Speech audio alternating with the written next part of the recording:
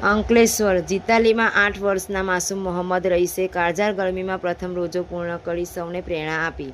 પવિત્ર રમઝાન માસ એટલે ઇબાદત, ત્યાગ અને આત્મસમયનો પર્વ. આ પર્વમાં માત્ર વડીલો જ નહીં પરંતુ નાના બાળકો પણ અતૂટ શ્રદ્ધા સાથે જોડાઈ હોય છે. આવું જ ભક્તિમય દ્રશ્ય અંકલેશ્વર તાલુકાના જીતાલી ગામે જોવા મળ્યું છે, જ્યાં અશરફ પાર્કમાં રહેતા 8 વર્ષીય માસૂમ મોહમ્મદ રઈસ યુસુફ શેખે ધોમધકના તાપના પોતાનો જીવનો પ્રથમ રોજો પૂર્ણ કરી અલ્લાહ પ્રત્યેની પોતાની અતૂટ આસ્થા પ્રગટ કરી છે.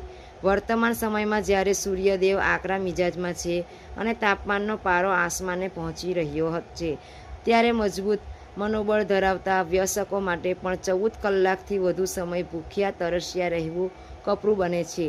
તેવા સંજોગોમાં મૂળ વાગરા વતની યુસુફ રઈસ શેખના પુત્ર મોહમ્મદ રઈસે બાળ સહજ રમતીય વૃત્તિ છોડી મક્કમ નિર્ધાર સાથે આખો દિવસ અન્ન જળનો ત્યાગ કર્યો હતો.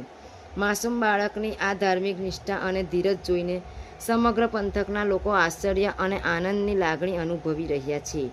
સાંજના સમયે જ્યારે મગરિબની અજાન થઈ ત્યારે પરિવારજનોમાં હર્ષોલ્લાસનું વાતાવરણ જોવા મળ્યું હતું.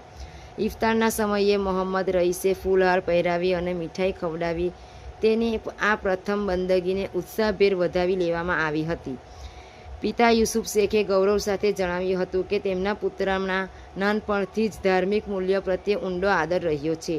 નાની ઉંમરે કાળઝાળ ગરમી સામે ઝઝૂમીને પણ રોજો પૂર્ણ કરી મોહમ્મદ રઈસે સમાજના યુવાનો માટે શિસ્ત અને સંયમનું એક અદ્ભુત ઉદાહરણ પૂરું પાડ્યું છે. માસૂમ મોહમ્મદની આ ઇબાદતને જીતાલી ગામના આસ્થાની નવી સુગંધ ફેલાવી છે.